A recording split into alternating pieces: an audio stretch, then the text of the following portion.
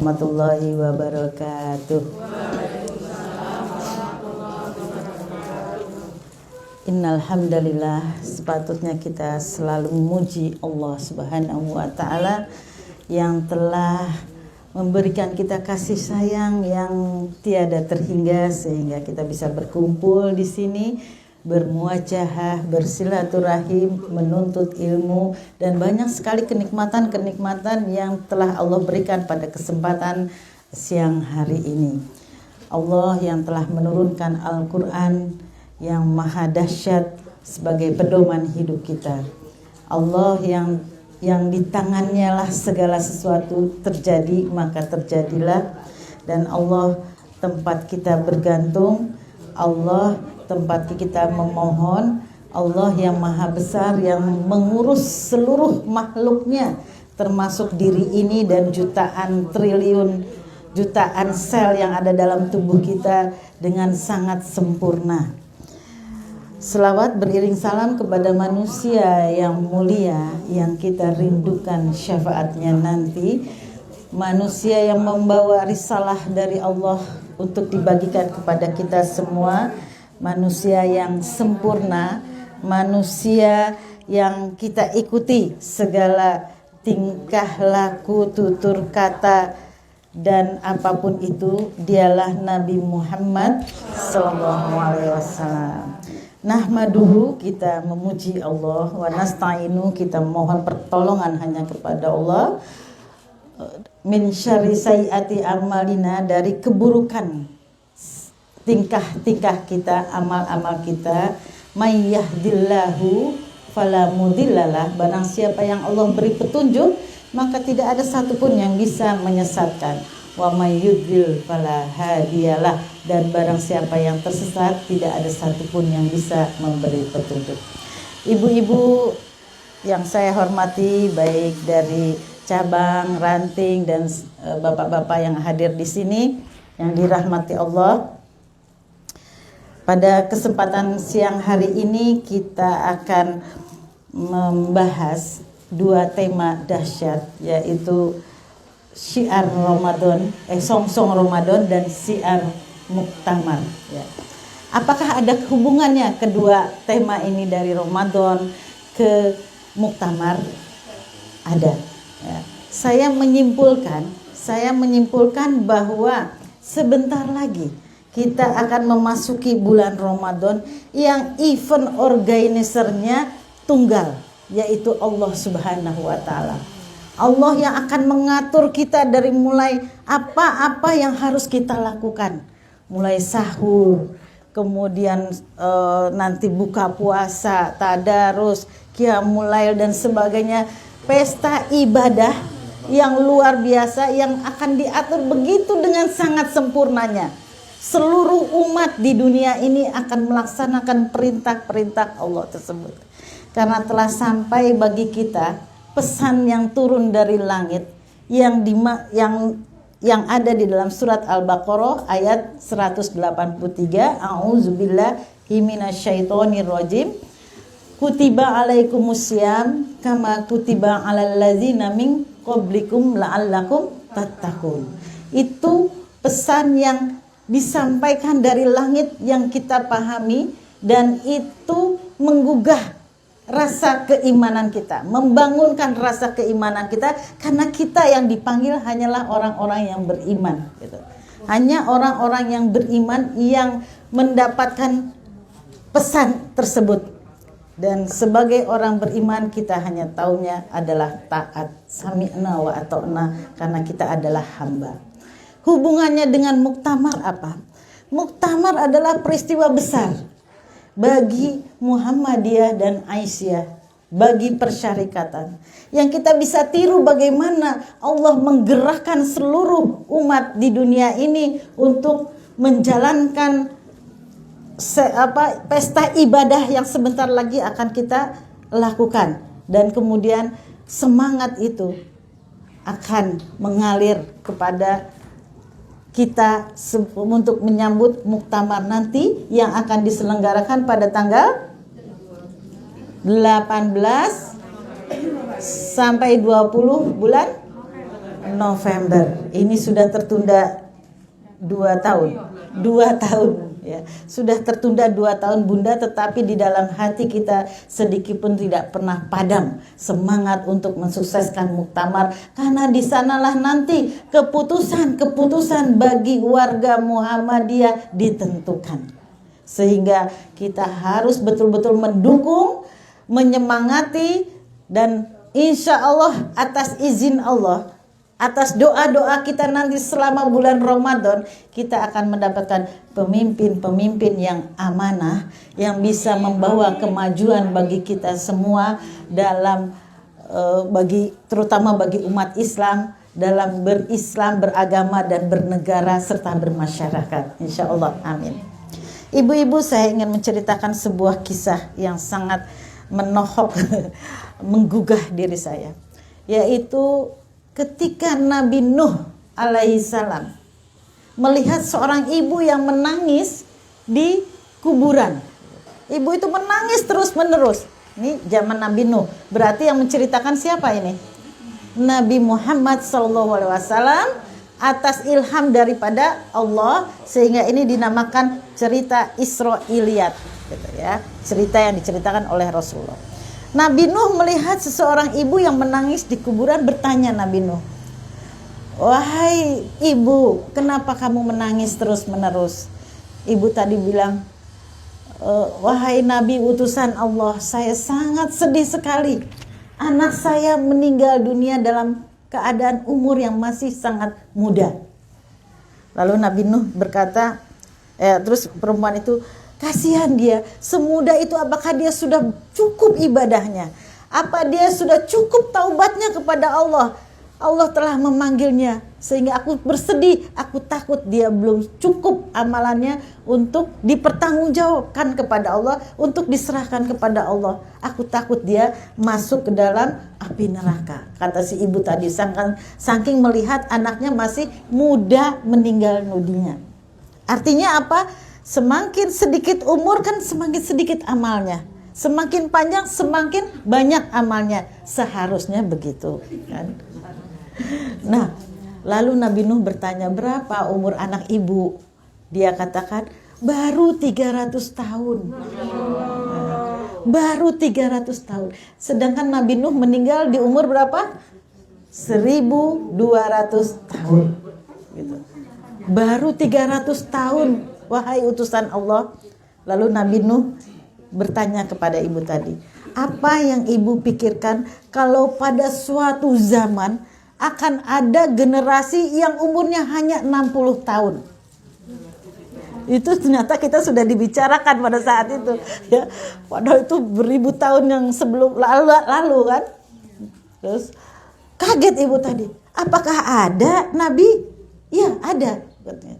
"Akan ada nanti cucu-cucuku itu umurnya hanya sebatas turun naik 60 tahun." Kaget ibu tadi. "Berarti mereka isinya hanya beribadah ya Nabi?" Ketika enggak, justru mereka banyak sekali melalaikan waktunya. Tambah kaget, masa Nabi seharusnya kalau umur segitu dia akan membuat rumah dekat kuburannya. Saking bentar lagi juga mati gitu loh. Dia hanya akan memikirkan ibadah dan tidak doyan lagi dengan dunia. Katanya gitu. Dia hanya memikirkan ibadah karena hanya diberi kesempatan yang sebentar saja untuk bisa beribadah kepada Allah. Dia hanya tidak doyan dengan dunia, kemewahan, pesta, rumah, gedung yang ada kolam renangnya, yang mobil Tesla, Lamborghini dan sebagainya, pasti dia nggak doyan. Pasti dia akan bikin rumah dekat kuburan karena dia tahu bahwa sebentar lagi dia akan mati dan isinya hanya akan ibadah kepada Allah. Tersindir nggak, Bu? Tersinggung nggak? Harus tersinggung gitu ya. Ya, ternyata keadaannya seperti itu. Dan pada saat ini ibu-ibu, ada jutaan orang yang iri terhadap kita. Siapa dia? Orang-orang itu adalah orang yang sudah dipanggil oleh Allah Subhanahu wa taala. Mereka iri terhadap kita, betul-betul iri, sehingga mereka memohon, meminta di dalam surat As-Sajdah ayat 12. A'udzubillahi minasyaitonirrajim. Lautaro izil mujrimuna nakisu ru'usihum inda rabbihim. Ya. Ketika orang-orang yang telah mendahului kita, yang telah meninggal dunia itu, mereka datang menghadap Allah, ya. Menghadap Allah itu berarti bukan Allah di depannya, ya. Memohon, mereka ini sekarang ini mereka sedang memohon kepada Allah di alam barzahnya dengan wajah yang begitu penuh penderitaan. Apa yang mereka minta kepada Allah adalah Robbana absorna wasami'na farji'na na'mal solihan. Ya Allah, ya Robbi, aku sudah mendengar betapa jerit tangis orang-orang yang tersiksa di api neraka.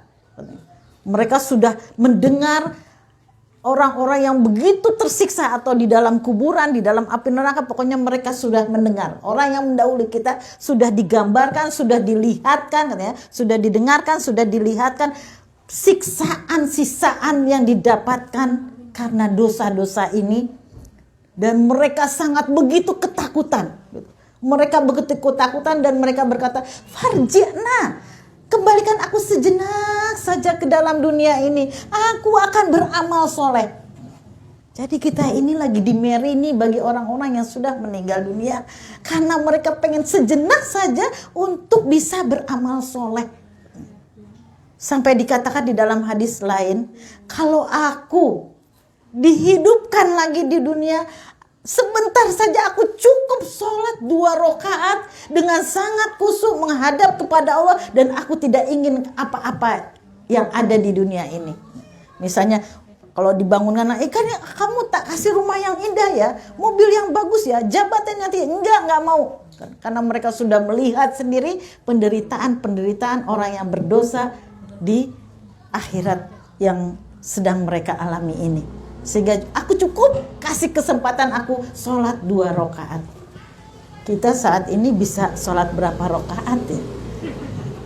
Kita bisa sebanyak-banyaknya. Tetapi apakah kita lakukan seperti yang mereka lakukan? Ingin menghadap Allah sungguh-sungguh. Satu persatu kata adalah dengan keimanan, kekuatan, menghadap, yang dihadapi adalah Allah gitu.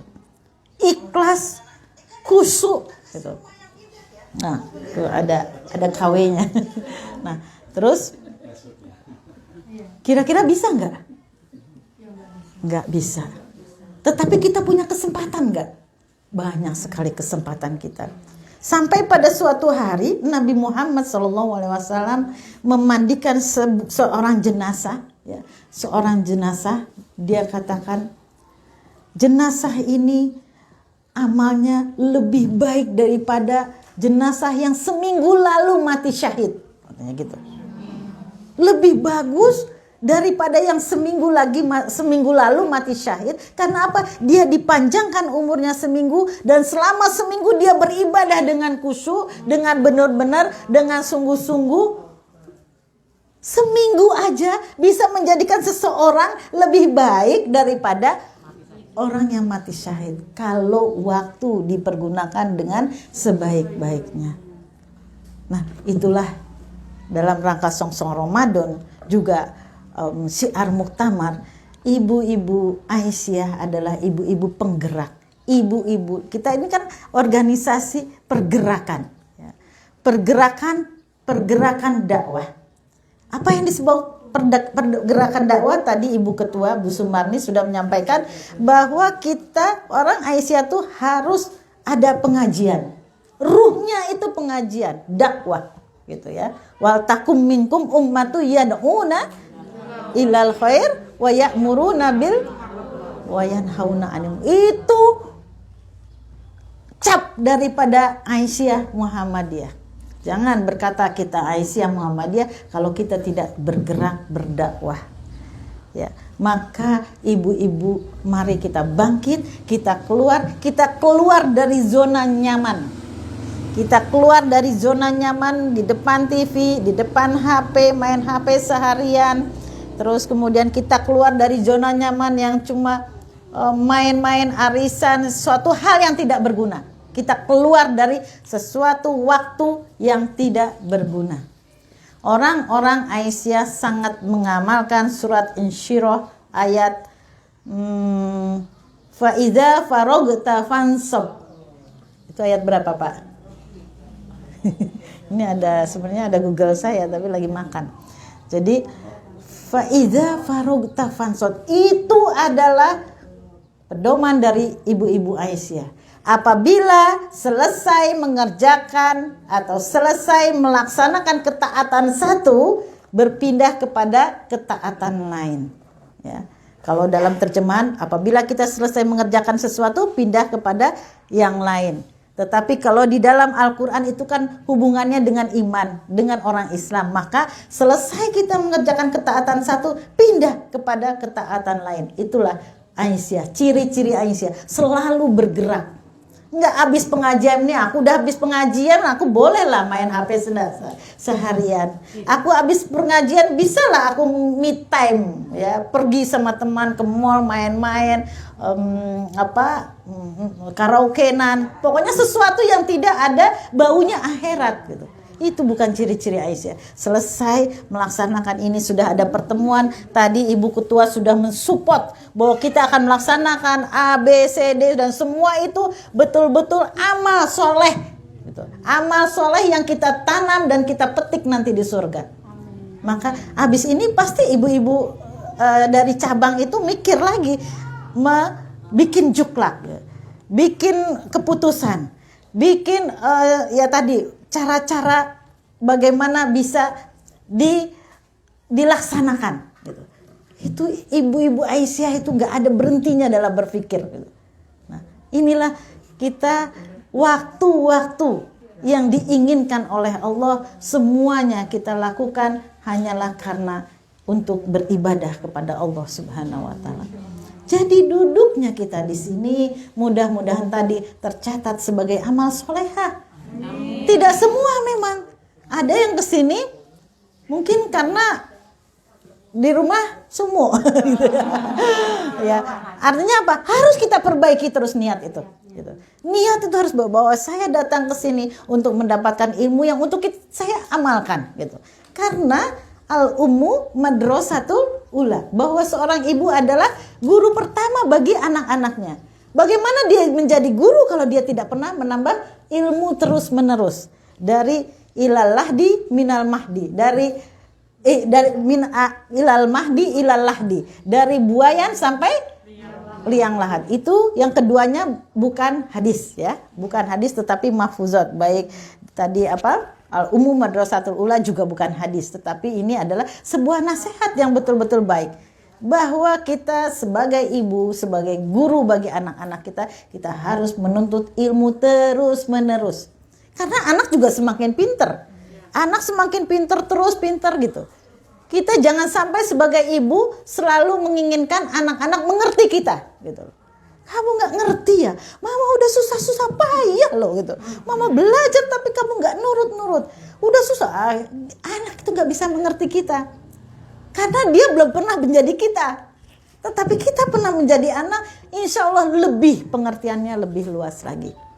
Kembali di dalam Aisyah, selain gerakan dakwah, gerakan tajdid, gerakan iktidal. Tajdid itu pembaharuan ya. Iktidal itu kita berdiri lurus dari ruku ke berdiri, itu namanya iktidal kan. Itu kita harus adil. Adil terhadap sesama siapapun. Baik itu dari golongan kita maupun golongan orang lain gitu. Bahkan kita adil terhadap hewan-hewan. Kita adil terhadap orang yang tidak sepaham dengan kita. Kita adil bahkan terhadap orang-orang yang beda agama dengan kita. Itu ciri-ciri Aisyah. Maka Aisyah bukan orang-orang yang radikal. Aisyah bukan orang-orang yang memiliki rasa benci ya terhadap orang. Rasulullah tidak pernah mengajarkan kita benci terhadap manusia. Kita benci terhadap sifat, kelakuan itu boleh. Gitu ya. Tetapi dengan orangnya tidak boleh.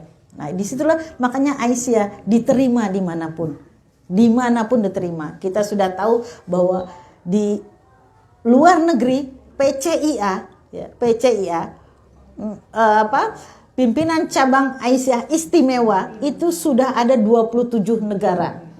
Di mana-mana diterima.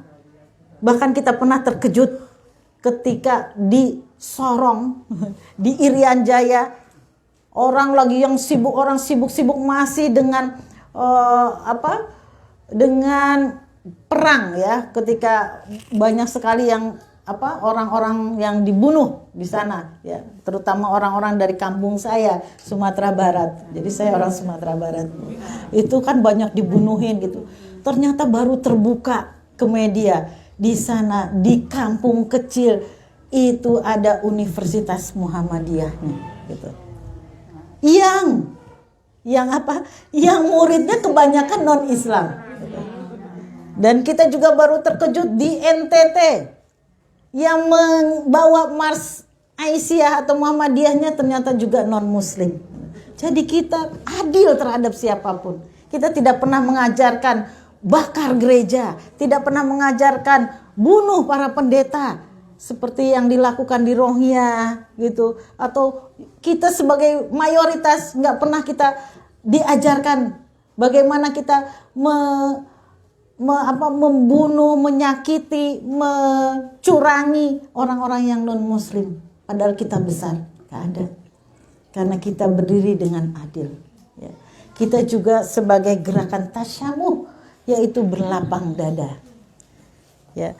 Memahami perbedaan, baik itu sesama umat Islam yang berbeda-beda paham. Nggak ada kita bikin wayang yang menjelek-jelekan orang gitu ya.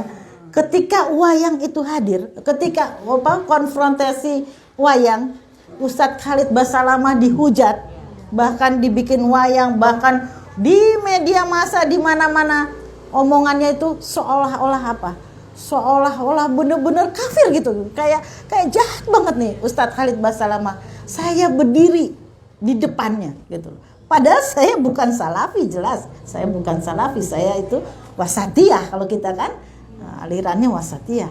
Tetapi saya katakan, wahai para penghujat Ustadz Khalid, kalian belajar seperti Ustadz Khalid, sepinter dia dulu yang hampir seluruh hidupnya untuk menuntut ilmu agama, baru debat dia. Lah baru kemarin sore dia ngaji udah membid'ah, mengharam-haramkan Ustadz Khalid. Kan nggak adil di situ.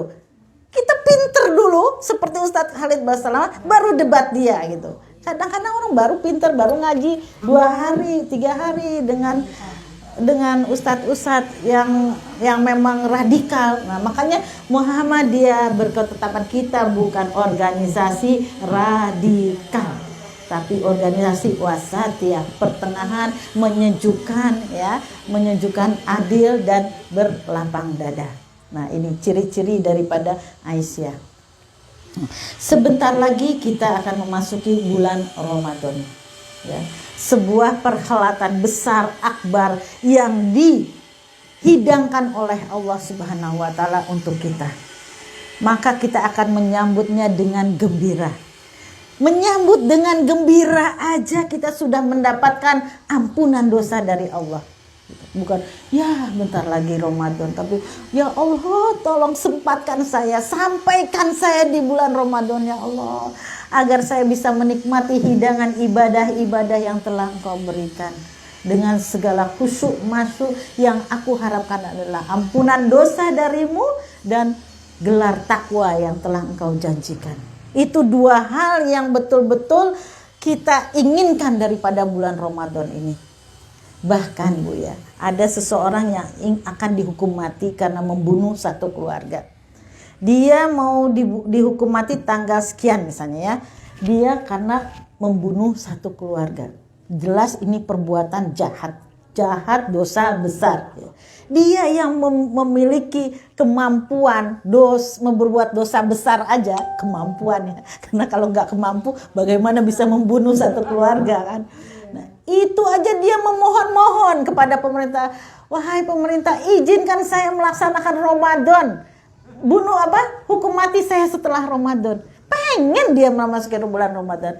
Lah kita gitu yang tidak membunuh, yang setiap hari ngaji dan berorganisasi, bagaimana tidak bergembira apabila kita diberi kesempatan untuk bisa memasuki bulan Ramadan. Jadi dua hal tadi kita inginkan di bulan Ramadan, yang mana Allah begitu royal memberi diskon-diskon pengampunan dosa dan juga menjual murah surganya. Itu bayangkan, siapa yang tidak bergembira mendapatkan kesempatan ini. Maka benar di dalam hadis Bukhari Muslim dikatakan, man soma Ramadan wahtis imanan wahtisaban gufirolahu ma taqaddama min zanbi. Barang siapa berpuasa di bulan Ramadan dengan keimanan, ya, dan mengharap ampunan dan mengharap pahala dari Allah, maka Allah akan mengampuni semua dosa-dosanya, gitu. Jadi dari hadis tersebut artinya apa? Dan dari ayat yang dipesankan tadi dari langit, la'allakum tattaqun, artinya apa? Merugilah kita melaksanakan ibadah bulan Ramadan tapi dosa kita tidak terampuni. Merugilah kita apabila melaksanakan bulan Ramadan tapi kita tidak berjumpa dengan Allah. Artinya kita bukan orang yang bertakwa. Gelar takwa tidak kita dapatkan. Ini yang harus kita khawatirkan, harap cemas. Apakah dosa kita terampuni? Apakah kita berjumpa dengan Allah sehingga kita diberi gelar takwa, ya, gelar tertinggi dari seluruh ibadah kita. Karena dengan takwa itu artinya apa? Kita akan selalu merasa dilihat oleh Allah, dan seluruh perbuatan kita akan selalu dibimbing oleh Allah. Kita selalu diringankan dalam berbuat kebaikan, dan kita selalu diberi petunjuk apabila kita akan selalu melenceng jalan. Jadi betapa indahnya gelar takwa yang Allah berikan.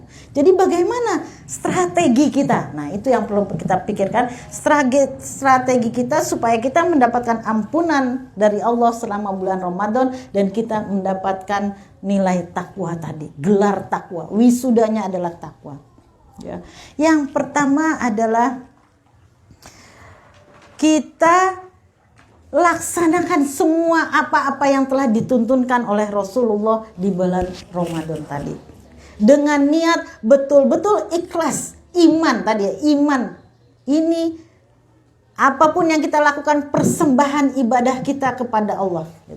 Jadi benar-benar persembahan kita kepada Allah di bulan Ramadan tidak karena siapa-siapapun. Allah begitu royal tadi membagi-bagikan diskon dosa-dosa kita. Sehingga Rasulullah mengatakan, barang siapa tidak diampuni dosanya di bulan Ramadan, yang mana Allah banyak memberikan diskon, maka akan sulit Allah mengampuni di 11 bulan berikutnya. Nah, itu harap-harap cemas kita. Kalau bulan Ramadan aja dosa kita tidak diampuni, maka bagaimana Allah di 11 bulan yang tidak ada diskon-diskonnya itu? Semakin sulit. Maka ini pertaruhan keimanan kita, keharapan kita untuk bisa terhapus dosa-dosa kita. Sehingga apa yang kita lalai pada hari-hari yang lalu itu sudah Allah maafkan. Kita mulai dengan lembaran baru setelah Ramadan menjadi pribadi yang bertakwa. Sehingga apa yang kita lakukan, kita harus merasa berhadapan dengan Allah. Jangan sepelekan amalan-amalan kecil di bulan Ramadan. Sebab Rasulullah mengatakan apa? Orang-orang yang beribadah di bulan Ramadan, pahalanya akan dilipatkan ganda dari 10 sampai 700 kali lipat. Apapun itu, ya, apapun itu. Misalnya kita mengucapkan bismillah, berarti bisa sampai 700 kali lipat. Kita bersedekah, semua kita bersedekah bisa jadi 700 kali lipat, gitu. Banyak sekali, sehingga diskon royal sekali Allah memberikan pahala-pahala tadi. Nih, pahala yang kita kumpulan setiap hari dari bangun tidur sampai tidur lagi, itulah yang akan menjadi DP-nya atau yang kita serahkan kepada Allah, sehingga Allah akan memberi nilai takwa tadi, gitu. Jadi jangan kalau kita tidur aja, ya. Jadi hadis yang mengatakan bahwa tidur itu ibadah, itu hadisnya doif, ya. Karena Islam itu bergerak, gitu. Nggak ada orang tidur menambah amal. Gak ada. Tidur aja terus, ini ibadah. Iya, daripada kamu bergunjing, tapi kamu gak dapat apa-apa gitu loh. Tapi apapun yang dilakukan, lemes-lemesnya kita tetap masak buat keluarga gitu. Lemes-lemesnya kita tetap pergi berorganisasi. Lemes-lemesnya kita tetap berdakwah gitu, melakukan hal-hal kebaikan-kebaikan, amal-amal soleh. Maka tadi masuk kita bulan Ramadan, kita siap lahir batin untuk totality beribadah kepada Allah Subhanahu wa taala. Bayangkan bisa dikalikan 10 sampai 700 kali. Kita di bulan biasa kita sholat misalnya dapat 1, ini bisa dapat 700. Maka rugi kita ketika kita malas sholat qobliyah, ba'diyah. Rugi kita kalau sholat duha cuma 2 rakaat. Rugi kita qiyamul lail, kita lewat gitu. Rugi kita kalau nggak ngaji terus menerus.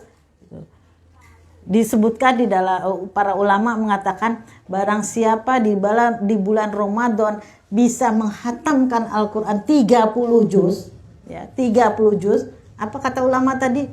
Itu amatlah sedikit. Amatlah sedikit.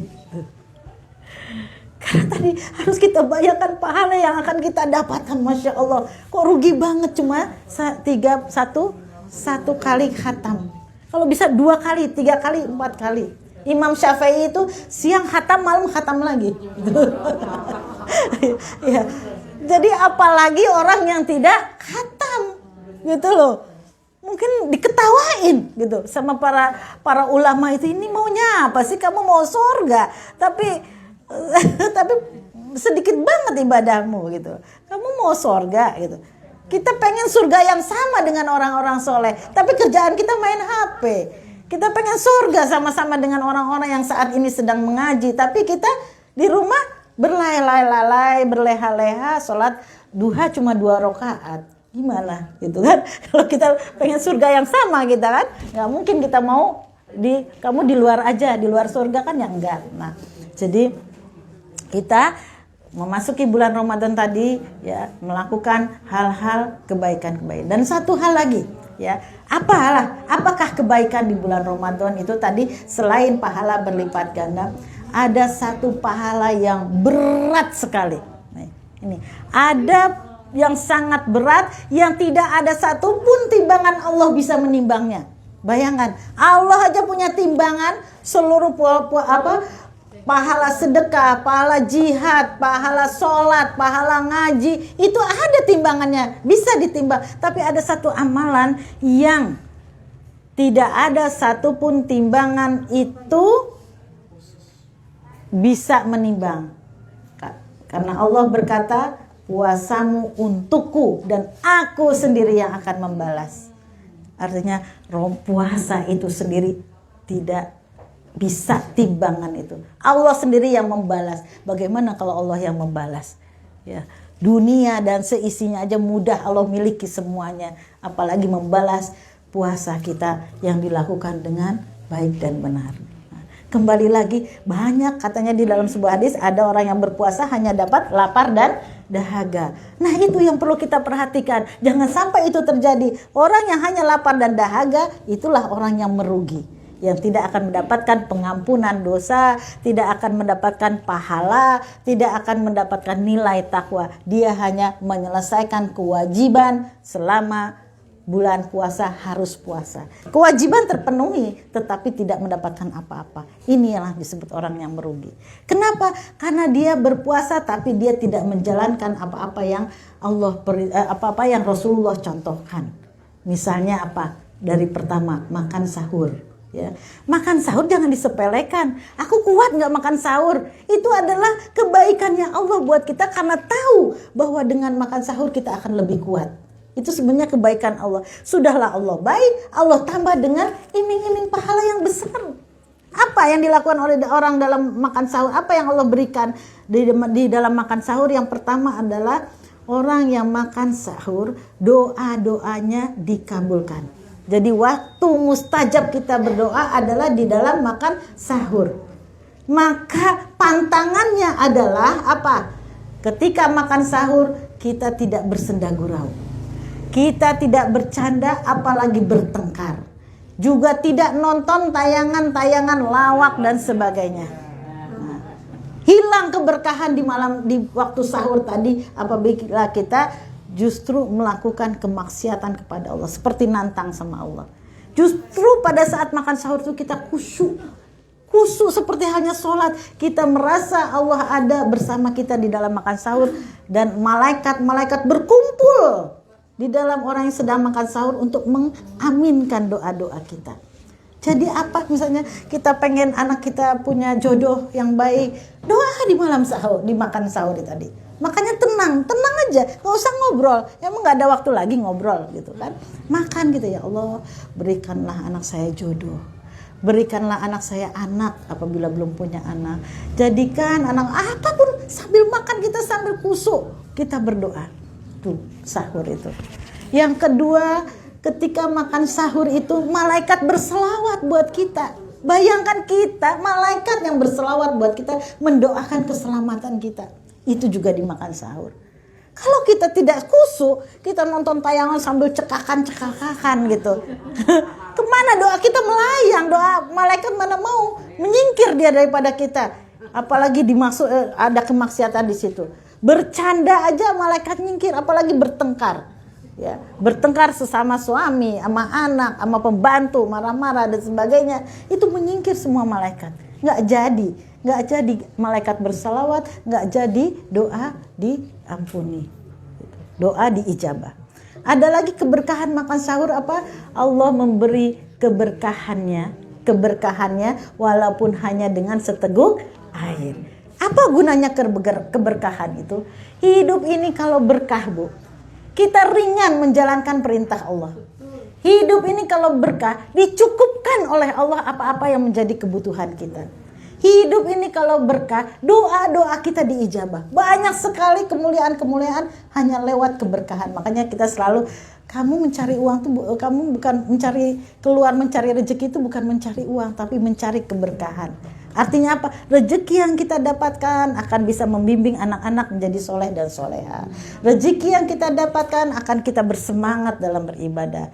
Rezeki yang kita dapatkan akan bertambah keimanan dan ketakwaan, dan terutama kita akan mempergunakannya selalu di jalan yang benar, gitu. Dikawal oleh Allah. Nah, ini keberkahan tadi. Nah, makanya kita selalu barokallah gitu. Karena ini benar-benar kita tidak bisa mendapatkan pahala tanpa keberkahan. Nah, kemudian setelah makan sahur ngapain, Bu? Kita sholat subuh, ya. Ada dunia dan seisinya sebelum sholat subuh 2 rakaat gitu. Jangan sampai sia-siakan. Makanya, Bu, yang namanya waktu manusia dalam keadaan merugi itu, gitu ya. Coba kita, karena kita mau berangkat, mau habis sholat subuh, habis makan sahur itu kita masih nyuci piring terus ya, masih nyuci piring. Akhirnya sampai di masjid sudah mulai rakaat pertama, ya. Apakah kita bisa, Pak Ustadz, Pak Imam, stop, saya tak sholat 2 rakaat dulu sebelumnya? Gak bisa, waktu gak bisa diulang gitu loh. Makanya waktu-waktu ibadah itu kita tunggu-tunggu gitu. Bukan mereka yang menunggu kita. Tinggalkan semua gitu. Tinggalkan semua. Nggak harus nyuci piring saat itu gitu. Jadi yang penting adalah jangan sampai kita ketinggalan sesuatu yang paling berharga gitu. Bo, kita sekarang punya uang 100.000 atau 1 juta lah. Pas kita berangkat ke sini, ya Allah, tadi dompetku ketinggalan di depan rumah gitu. Pasti kita balik gitu. Pasti kita balik untuk ngambil uang tadi gitu. Ingat. Nah, ini bagaimana dunia dan seisinya kehilangan kita pada hari itu gitu. Ya. Jadi jangan anggap itu sepele, itulah yang berharga buat kita. Seperti yang diceritakan oleh ibu yang di Nabi Nuh tadi, bahwa waktu-waktu kita itu adalah untuk yang singkat ini lebih mahal nilai ibadahnya dibanding nilai dunia dan seisinya tadi, dibanding daripada apa-apa kemewahan dunia. Jadi ketinggalan sholat 1 rakaat aja harus merasa rugi gitu. Rugi besar. Berjanji kita dalam hati. Kadang-kadang setelah sholat subuh kita kalau bisa sholat suruk, ya, karena kita kan akan ngaji di masjid. Kalau seandainya di masjid itu sekalian sholat suruk. Sholat suruk sekarang sudah ada tandanya, misalnya jam 4 jam berapa Mas? Ininya di situnya jam setengah 6. Jam 6 tuh. Jam 5.47. Nah, 5.47. Maka kita tambah 15 menit. Ya, untuk supaya karena nggak boleh sholat ketika matahari sepenggalahan, harus ada geser sedikit, sedikit sehingga kira-kira tambah 15 menit. Nah itu sholat suruh. Karena kita tadarus ngapain kita sampai waktunya sholat suruh, sholat. Yang lain pasti tadarus biarin aja, kita sholat. Karena apa? Tadi hadiahnya kita bisa umroh setiap hari dan itu mabrur. Umroh dan haji loh, umroh dan haji dan itu mabrur. Ajak anak-anak siapa yang mau umroh haji, ayo ke bapaknya, Pak ayo umroh Pak, umroh haji gitu. Ya, tiap hari kita bisa umroh dan haji, pahalanya seperti umroh dan haji. Masya Allah, rugi nggak Bu? Kalau selama ini nggak pernah kayak gitu. Umroh dan haji dan itu mabrur. Kita berangkat umroh belum tentu mabrur, ini mabrur gitu. Nah inilah pundi-pundi amal kita yang kelak akan kita petik di surga gitu. Kalau sudah gitu dari mana waktu kita untuk berlalai-lalai lagi gitu kan. Lanjut dengan sholat duha 8 rakaat gitu ya. Terus kemudian pulang boleh kita tidur dulu gitu ya. Habis itu kalau masih punya mata ya ngaji lagi. Ini Quran tuh kalau bulan Ramadan jangan jauh dari kita. Mau kita pas nunggu-nunggu tadi, nunggu acara ngaji. Nunggu apa lagi? Ngaji. Kalau di mana di Mesir, kebetulan anak saya di sana, itu kalau di bis aja mereka ngaji gitu loh. Ngaji. Nggak ada waktu kok duduk-duduk. Karena waktu duduk tuh bahaya kalau dimasukin setan gitu. Kita itu sekarang bisa bergibah, bisa ngomongin orang tanpa ada temen. Lewat apa? Lewat HP. Kamu tahu nggak? Yang tadi pengajian tadi, yang di belakang itu kerudungnya masih kredit. Ada aja yang mau kita omongin karena nikmat, ya. Sekarang saya tahu gimana caranya supaya kita berhenti bergibah, Bu. Gibah itu enak, ya kan? Asik. Nggak ada, bahkan kita jadi deket sama teman yang kita ngajak obrol untuk gibah itu. Bisa kayak saudara gitu loh. Dan kita akan cari-cari ada kabar berita lagi nggak gitu kan. Nah, itu enak, asik. Dan coba ibu kalau lagi puasa diajak bergibah nggak terasa lapar. Nah, kenapa? Banyak setannya. Sesuatu yang banyak setannya nikmat. Coba pacaran. Itu nikmat banget. Ya. Karena banyak setannya. Pas setelah kawin kok nggak ada rasanya ya pas deket-deketan gitu kan. Nah, itu karena banyak setannya. Nah, caranya supaya kita berhenti bergibah. Gibah itu adalah masakan Padang, Bu. Karena saya orang Padang ya. Masakan Padang itu kan enak-enak ya. Wah, enak-enak. Ada gulai, ada rendang, ada gulai cincang, ada cumi, semuanya enak-enak ya. Itu adalah gibah, enak banget. Tetapi masakan Padang itu ya tidak dipanasi selama 10 hari. Udah keluar uletnya, udah keluar jamurnya. Kira-kira ibu mau nggak makan? Nah itulah gibah. Kita anggap ini sesuatu yang menjijikkan gitu. Barang enak tapi menjijikkan. Pasti kita jadi nggak mau gitu. Pasti kita akan menjadi resah. Jadi makanya memang betul kata Rasulullah mengatakan kalau kamu diam tuh banyak berzikir gitu loh. Pertama, kenapa harus banyak berzikir? Kita nggak tahu kapan malaikat mengambil kita. Coba indah nggak kita dalam keadaan berzikir? Yang kedua, orang yang berzikir itu dijaga oleh malaikat. Ketika ada yang ngajak gibah, boleh jadi kita masih dengerin tapi di hati nggak terima. Gitu. Sehingga udah nggak enak. Makanya kalau diam itu kalau nggak baca Quran ya berzikir gitu. Nah terus kemudian nanti ketika sholat zuhur sunatnya apa Bu? Qobliyahnya berapa rakaat? 4 rakaat. Setelahnya 2. Pahalanya apa Bu? Haram api neraka menyentuh. Tuh. Kebayang nggak Bu kalau kita meninggal sudah melaksanakan itu semua? Tidak ada penyesalan lagi.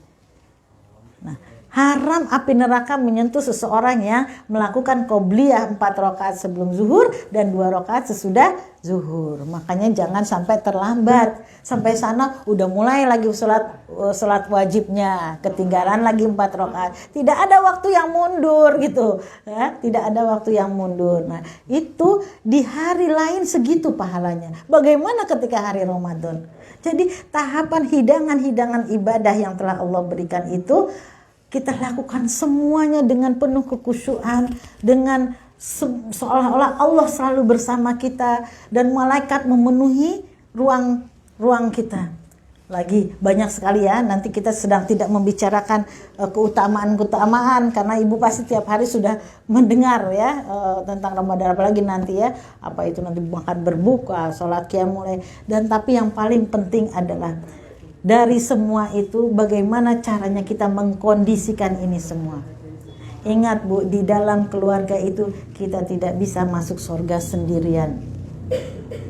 Kita ngaji gitu. Kita ngaji dengan khusyuk. Kita ngaji tapi anak-anak main HP. Suami nyetel dangdutan. Kira-kira kita khusyuk nggak Bu? Apa yang kita lakukan? Hah? Marah ya. Jadi masuk surga nggak kita Bu? Enggak. Makanya kita tidak bisa masuk surga sendirian. Sebelum Ramadan kita kumpulkan keluarga kita kondisikan ini gitu. Kita kumpulkan, kita kondisikan anak-anak, mau nggak kita masuk surga bersama-sama. Maka jadikan Ramadan kali ini adalah momen kita masuk surga sekeluarga gitu. Gimana caranya? Jangan mama sampai nyuruh-nyuruh. Kalaupun nyuruh kamu jangan marah. Hanya mengingatkan kamu habis ini sholat. Coba kamu agendanya apa? Habis ini. Itu perjanjian kita dengan anak, dengan suami. Jangan sampai bikin mamah marah. Jangan sampai bikin bahan marah. Jangan sampai. Nah kalau kalian gak bikin mamah bapak marah. Kalian mau masak apa, minta apa, mamah masakin gitu. Mamah istimewakan. Pengen baju yang biasanya distro nggak boleh gitu. Kita longgarkan dompet kita selama bulan Ramadan, baik untuk keluarga maupun untuk yang lain. Jangan salah Bu, sedekah yang terbaik yang pertama adalah untuk diri kita sendiri. Ya, jangan sampai kita baju compang-camping. Kita mau sedekah ke orang biar dapat pahala. Buat kita diri sendiri dulu, beli baju yang bagus gitu ya, tapi tidak berlebihan. Makan yang enak tapi tidak berlebihan. Dan yang kedua, sedekah terbaik kita adalah untuk keluarga gitu. Untuk keluarga. Maka jangan sampai mama itu kalau ke orang ngasih tapi kita makan susah. Enggak gitu. Kita dulu gitu. Baru nanti kita minta kepada Allah bisa bersedekah sebanyak-banyaknya gitu. Jadi kita harus bikin momen sebagai ini Ramadan yang pertama adalah sebagai masuk surga sekeluarga. Harus dikondisikan betul-betul. Nah kamu nanti kalau khatam Quran 30 juz, sehari kamu 1 juz dapat hadiah. Hadiahnya dari Allah nak gitu. Hadiah, kamu nggak mengharapkan hadiah uang, nggak hadiah, tetapi ini adalah syukur mama buat kamu. Ya tetap anak harus dihadapkan kepada Allah bahwa apa yang dilakukan adalah semata-mata untuk ibadah kepada Allah.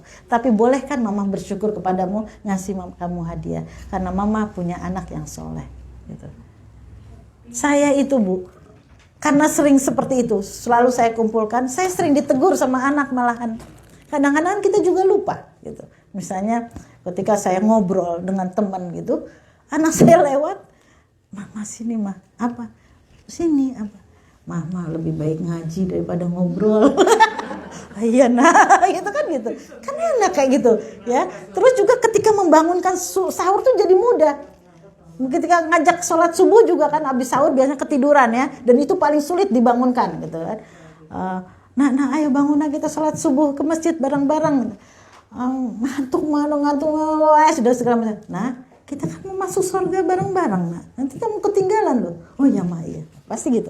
Jadi harus ada kesepakatan di dalam keluarga. Bapak juga Pak, nggak lagi ya nonton dangdutannya, nggak lagi nonton tengah malam tuh yang sholat Pak, bukannya nonton bola gitu kan. Ya, nonton Nah, itu harus kita bicarakan. Kita janji ya Pak, masuk surganya sekeluarga. Kalau enggak kita bakal juga ke bawah neraka. Kenapa? Ngamuk terus tiap hari. Kalian itu nggak pernah ngaji gitu. Cuma dapat lapar dan dahaga. Wah, khotbah aja terus kita kan. Nah, ini enak kita dengerin pengajian yuk gitu. Ngaji gitu. Yang misalnya kalaupun kita harus masak gitu, itu tiap hari murotal setel aja gitu. Kita akan terbawa ngaji gitu. Terus kalau nggak di TV ya khotbah dan sebagainya. Nggak lagi anak-anak jangan, nah gimana sih cara mama bisa melarang kamu main game? Tanya sama anak. Ada kesepakatan gitu loh. Kalau kita jangan main game, saya tuh sampai gini. Kalau orang tua melarang anaknya main HP, ya. Kalau orang tua melarang anak main HP, bagi saya ini sebuah malapraktek, zolim. Kenapa? Karena semua orang main HP, orang tuanya sendiri main HP, gitu. Nah, maka bagaimana kita menumbuhkan kesadaran sama anak untuk berhenti main HP sendiri, gitu. Kalau ibu melarang anak yang sudah kecanduan main HP, mau melarang berapa kali? Berhenti main HP. Gitu, dia akan marah, ngamuk gitu kan. Nanti kita meleng, main HP lagi, buat apa gitu. Kita lebih sering tidak sama anaknya kok, tapi bagaimana menumbuhkan kesadaran sama anak itu sendiri. Maka tanya kepada anak-anak, bagaimana ya caranya supaya kamu main HP tanpa dilarang oleh mama. Karena kalau mama melarang kita jadinya rame, kita jadinya ribut, kita jadinya berantem, kita puasa kita hilang pahalanya. Jadi kita harus tumbuhkan kesadaran, ma aku bisa kok ma berhenti main HP ma. Nanti dia malu sendiri. Aku mau ngaji. Oh ya Allah, anak mama soleh, beruntung banget mama punya anak seperti kamu nak. Terima kasih ya Allah kamu. Kita juga harus banyak ngasih pujian kepada mereka. Hakikatnya semua orang suka dipuji, ya apalagi anak, apalagi masih jadi anak. Itu nggak bayar ini, apa susahnya gitu. Dan terutama dengan hati kelembutan, baca Bismillah. Baca auzubillah, kita minta perlindungan sama Allah daripada ditumpang oleh setan dalam berkata sama anak. Nah, ya Allah nak, itu ibu bahagia banget gitu. Nah, jadi itu harus ditumbuhkan kesadaran untuk berhenti main HP. Tapi kitanya juga berhenti. Kita juga berhenti. Jangan anak main HP. Ini ibu kan urusan, ini ibu mau beli minyak segala macam. Urusan kok nggak berhenti gitu loh. Jadi kita juga berhenti, kita juga baca Quran gitu. Jangan baca Quran juga jangan sambil main HP, ya itu tadi ya. Jadi kita harus kondisikan kita menjadi Ramadan ini menjadi momen kita masuk surga sekeluarga, dan jadikan Ramadan ini menjadi Ramadan terbaik kita dibanding Ramadan yang lalu. Dan yang ketiga, jadikan seolah-olah ini Ramadan terakhir kita. Jangan sampai ada penyesalan. Jangan sampai kita ketika terakhir diambil oleh Allah kita minta balik lagi ke dunia, itu tidak mungkin. Dan jadikan Ramadan ini semangat kita untuk bisa bermuktamar, bersyiar muktamar, mendoakan mendapatkan pemimpin-pemimpin yang amanah, dan kita selalu bergerak. Setelah selesai satu ketaatan, kita pindah kepada ketaatan yang lain. Demikian, mudah-mudahan ada manfaatnya. Wabillahi taufiq wal hidayah. Oh iya. Wassalamualaikum. Belum ya. Ini kita doa. Kita bersama-sama berdoa. Kita harus pahami kepada siapa kita menghadap untuk memohon, meminta, dan siapa yang kelak akan mengabulkan doa-doa kita. Jadi kita betul-betul dengan sikap tahzim kita menghadap Allah Subhanahu wa taala, berharap-harap cemas Allah akan mengabulkan doa kita. Mari.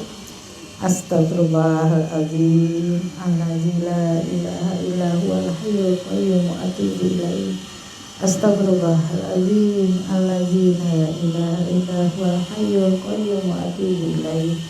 Astagfirullahaladzim, allazi la ilaha illa huwal hayyul qayyum wa atubu ilaih. Allahumma antas salam wa minkas salam, tabarakta rabbana zal jalali wal ikram. Allahumma sholli ala Muhammad abdika wa nabiyyika wa rasulika nabiyil ummi wa ala alihi wa sahbihi wa sallim tasliman adada ma ahata bi ilmuk wa hata bi qalamuk wa asya kitabuk wa man sadatina Abi Bakrin wa Umar wa Usman wa Ali wa niswahabati ajma'in wa tabi'in wa tabi'in bi ihsan ila yaumiddin. Ya Allah ya Rabbi, kami semua yang berkumpul di sini mohon ampun atas segala dosa-dosa yang telah kami lakukan ya Allah. Dosa kami terhadap Engkau ya Allah, yang selama ini kami selalu bermaksiat kepadamu, lalai atas perintah-perintahmu. Mohon ampun ya Allah, bersihkanlah seluruh dosa-dosa kami dengan air salju-Mu. Putihkanlah hati kami kembali untuk selalu beribadah kepadamu. Ya Allah ya Rabbi, ampuni dosa kami terhadap pasangan hidup kami, pada anak-anak kami, pada siapapun yang pernah tersakiti oleh kami. Ya Allah ya Rabbi, kami yang berkumpul di sini, mohon beri kesempatan kami menyelesaikan Ramadan ini, dan jadikanlah ini Ramadan yang terbaik untuk kami sekeluarga ya Allah. Jadikanlah Ramadan ini menjadi waktu untuk kami bisa menambah amal ibadah kami yang kelak memasukkan kami ke dalam surga-Mu ya Allah. Ya Allah ya Rabbi, berilah kami hidayah-Mu selalu, tambahkanlah iman dan takwa kami ya Allah, tunjukilah kami jalan yang lurus. Ya Allah, pada kesempatan ini kami mohon kepadamu, sembuhkanlah saudara-saudara kami yang sedang sakit ya Allah. Berilah penerangan pada hati yang dalam kegelapan. Berilah petunjuk bagi orang-orang yang sedang tersesat. Berilah kecukupan bagi orang yang sedang membutuhkan ya Allah ya Rabbi. Tolonglah seluruh umat Islam di muka bumi ini ya Allah. Selamatkanlah mereka dari orang-orang yang zalim ya Allah. Berilah kemenangan kepada umat Islam. Turunkanlah tentara-tentaramu untuk menolong mereka. Ya Allah ya Rabbi, kami mohon kepadamu, titipkanlah bagi kami anak-anak yang soleh dan soleha, yang menjadi penyejuk pandangan mata kami. Rabbana hablana min azwajina wa zurriyatina qurrata a'yun waj'alna lil muttaqina imama. Rabbi ij'alni muqima sholati wa min zurriyati Rabbana wa taqabbal du'a. Ya Allah ya Rabbi, terimalah seluruh persembahan dari ibadah kami, puasa kami, sholat kami, dan seluruhnya ya Allah. Rabbana taqabbal minna wa sholatina wa siyamina wa jami'a ibadatina birahmatika ya arhamar rahimin. Allahumma a'inni ala zikrika wa syukrika wa husni ibadati. Subhana rabbika rabbil izzati amma yasifun wa salamun ala mursalin walhamdulillahi alamin. Terima kasih ibu-ibu, mohon maaf atas segala kesalahan. Mohon doanya agar saya bisa melaksanakan pertama bagi apa yang pernah saya katakan. Wabillahi taufiq wal hidayah. Assalamualaikum warahmatullahi wabarakatuh.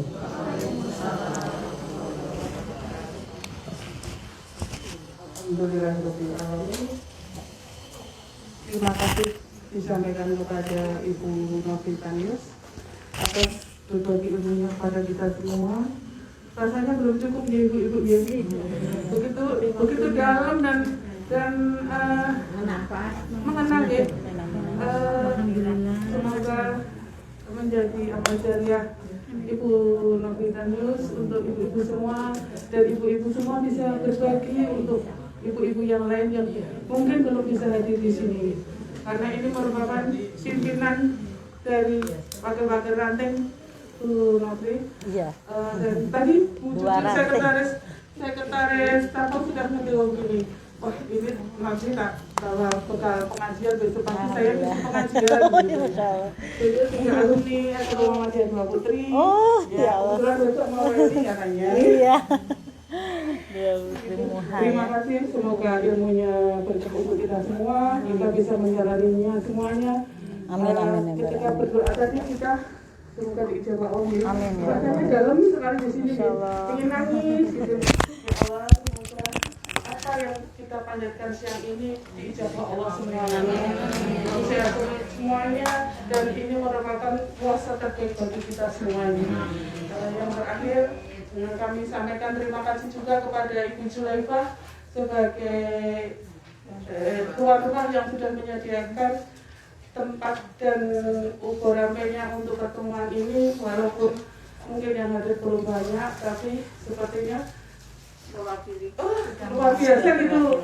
Rasanya itu kita ya, rasanya walaupun belum banyak tuh ya Allah. mulai. Ya, bisa diterapkan Ibu Novi. Insya Allah lain kali nanti ngatur Ibu Novi lagi gitu.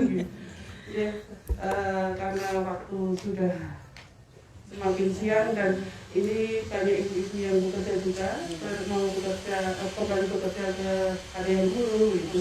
Jadi dan ibu-ibu yang lain masih ada kepentingan, kita tutup acara siang ini.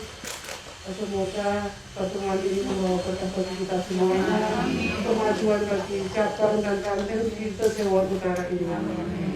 Terima kasih juga kepada PCPM yang sudah menghadiri dan saya tadi saya belum kenal yang Dewan ya. Mas Kokam juga atas bantuannya kepada kami untuk semuanya. Terima kasih. Marilah kita akhiri pertemuan siang ini dengan doa kafaratul majlis. Subhanallahumma wa bihamdika asyhadu an la ilaha illa anta astaghfiruka wa atubu ilaik. Dari saya sebagai pembawa acara, apabila dalam melancarkan acara banyak kesalahan, mohon dimaafkan. Dan sebelum pulang ibu dimohon foto bareng-bareng sama Ibu Novi Darus. Monggo.